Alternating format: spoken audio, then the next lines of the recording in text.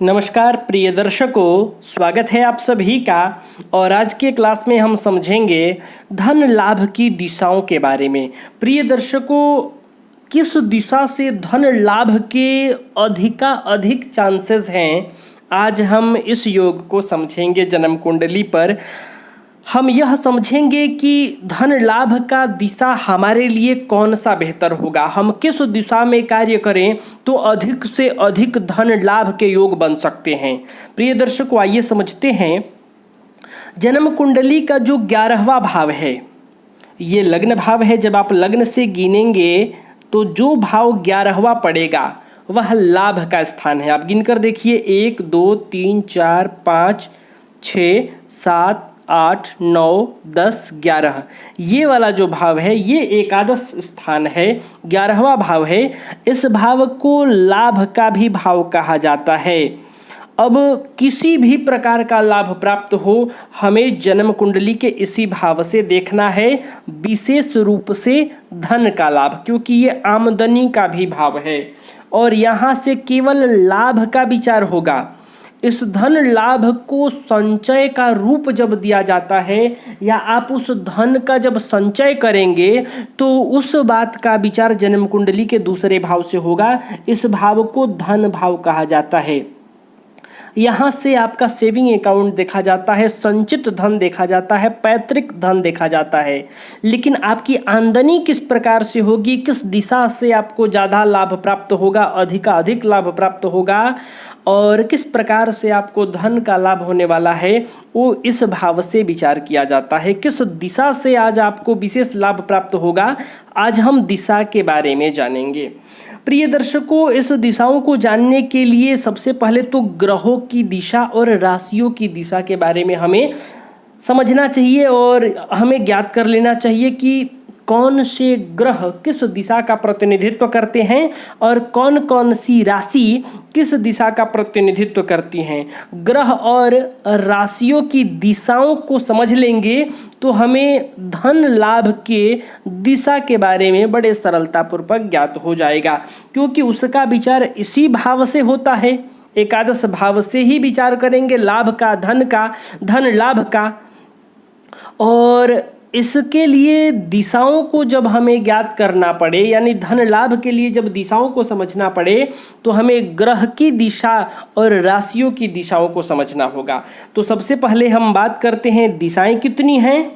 तो मुख्य रूप से 4 मानी जाती हैं, वैसे 10 दिशाएं होती हैं। तो 10 में से 2 दिशाओं को छोड़ देना है जो आकाश और पाताल माना जाता है। बाकी बचा जो 8 दिशाएं, उनका कौन कौन सा ग्रह प्रतिनिधित्व करते हैं, सबसे पहले उसको नोट करते हैं। फिर 12 राशियों की कौन कौन सी दिशाएं हैं वह समझेंगे। फिर इस योग को बड़े सरलतापूर्वक समझ लेंगे। तो आइए सबसे पहले हम उसको नोट करते हैं। सबसे पहला जो दिशा है वह पूरब है और पूरब के बाद अग्निकोण। अग्निकोण कौन सा होता है? दक्षिण और पूरब के जो मध्य का भाग होता है। आइए आपको इस कुंडली पर समझाएं। तो ये हो जाएगा पूरब दिशा, ठीक। ये हो जाएगा दक्षिण दिशा। इसको चलिए लिख भी लेते हैं। ये पूरब, ये हो गया दक्षिण, ये हो गया पश्चिम, ये हो गया उत्तर और ये जो होगा ये हो जाएगा अग्निकोण, ये हो जाएगा नैऋत्य कोण, ये हो जाएगा वायव्य कोण और ये हो जाएगा ईशान कोण। इतना आपको ज्ञात करना है। चलिए इसको क्रम से लिख लेते हैं। अग्निकोण के बाद दक्षिण दिशा, दक्षिण के बाद आ जाएगा नैऋत्य कोण, इसके बाद पश्चिम, पश्चिम के बाद वायव्य, इसके बाद उत्तर, इसके बाद ईशान।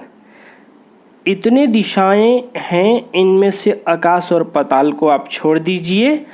अब कौन सा ग्रह इन दिशाओं का प्रतिनिधित्व करता है, यानी पूर्व दिशा का प्रतिनिधित्व कौन सा ग्रह करेगा, किस ग्रह से हम पूर्व दिशा के बारे में विचार करेंगे।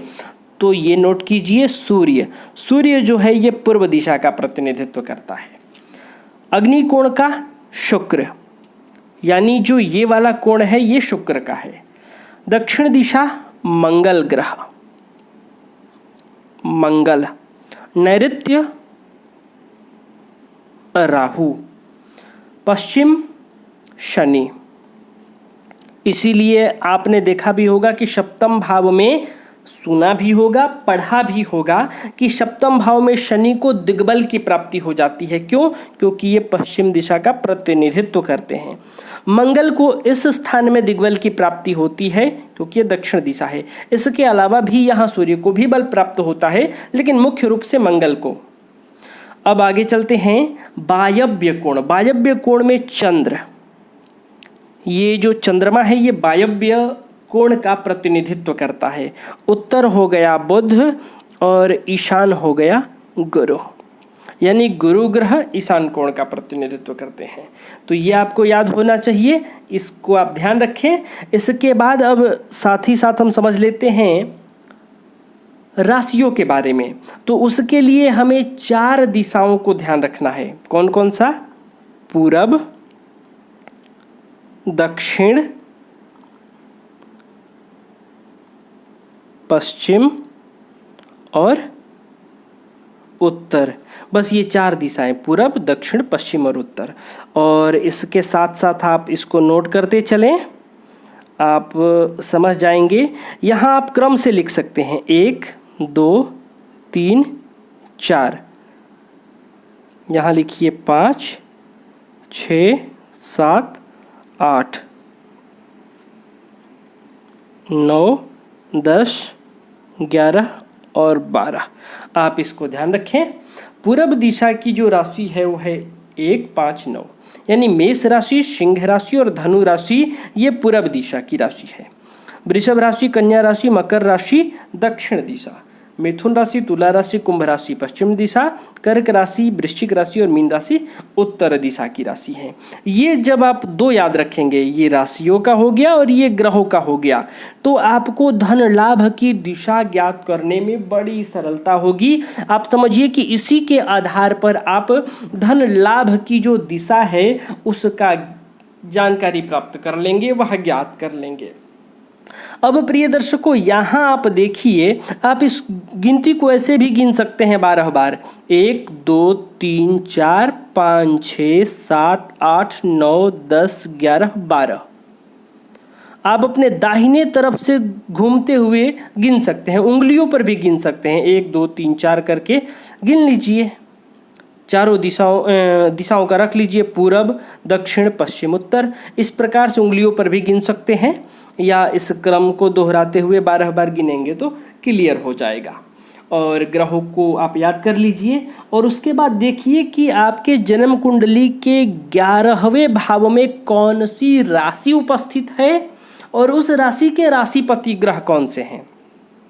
उदाहरण के लिए मान लीजिए मेष लग्न की जन्म पत्रिका है, तो 1 यहाँ, 2 यहाँ, 3 4 5 6 7 8 9 10 11 12। मैंने उदाहरण के लिए मेष लग्न की जन्म पत्रिका ले लिया। आपकी लग्न पत्रिका किसी भी लग्न की हो, आपको देखना है कि इस भाव में कौन सी राशि उपस्थित है, और राशि आप देख लेंगे तो राशि के राशिपति भी आप समझ जाएंगे।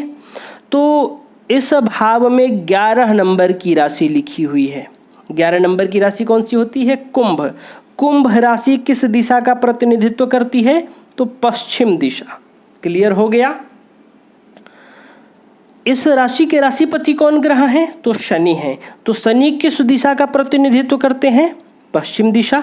अब देखिए यहाँ भावपति और भाव में स्थित राशि, यही 2 देखना है। यानी एकादश स्थान के जो स्वामी ग्रह हैं, मालिक ग्रह हैं, उनकी दिशा में मनुष्य को धनागमन होता है।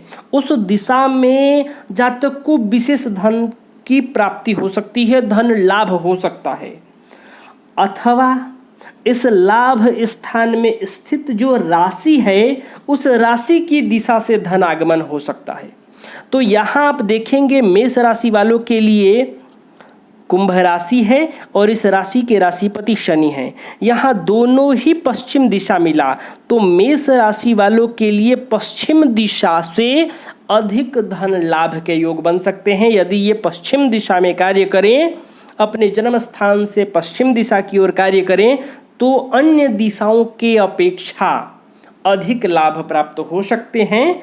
और इसके साथ साथ एकादश भाव और एकादशेश ग्रह की अवस्था किस प्रकार की है, उनका बलाबल किस प्रकार का है, यह भी धन लाभ के संदर्भ में विचारणीय है। क्योंकि एकादश स्थान में जो राशि है उस राशि का बल किस प्रकार का है, यानी इस भाव में जो ग्रह बैठे हैं वो कौन कौन से ग्रह हैं, कोई ग्रह बैठा है कि नहीं, इस भाव में जिस ग्रह की दृष्टि पड़ रही हो, एकादश भाव पर जिस ग्रह की दृष्टि पड़ रही हो वो ग्रह कौन कौन सा है, दृष्टि है कि नहीं, और एकादशेश शनि ग्रह की किस प्रकार की अवस्था है, जन्म कुंडली में किस प्रकार का बलाबल है, यह आपके धन यानी आमदनी के संदर्भ में समझने के लिए बहुत ही महत्वपूर्ण है। यानी कि शनि की ही स्थिति ये तय करेगी कि आपकी आमदनी किस प्रकार की होगी। लेकिन जब आप दिशा ज्ञात करेंगे कि किस दिशा से लाभ प्राप्त होगा, अत्यधिक लाभ प्राप्त हो सके, तो आप राशि और राशिपति दोनों के आधार पर दिशाओं को समझ लीजिए। जैसे यहाँ 11 नंबर तो पश्चिमी दिशा आया और शनि तो पश्चिम ही दिशा है, क्योंकि शनि भी पश्चिम दिशा का प्रतिनिधित्व करते हैं। तो मेष लग्न वाले जातकों को पश्चिम दिशा में अत्यधिक धन लाभ हो सकता है। धनागमन बहुत सरलतापूर्वक अच्छी धन लाभ की स्थिति बन सकती है। तो प्रिय दर्शकों, आज के लिए बस इतना ही। तब तक के लिए हमें अनुमति दीजिए। नमस्कार।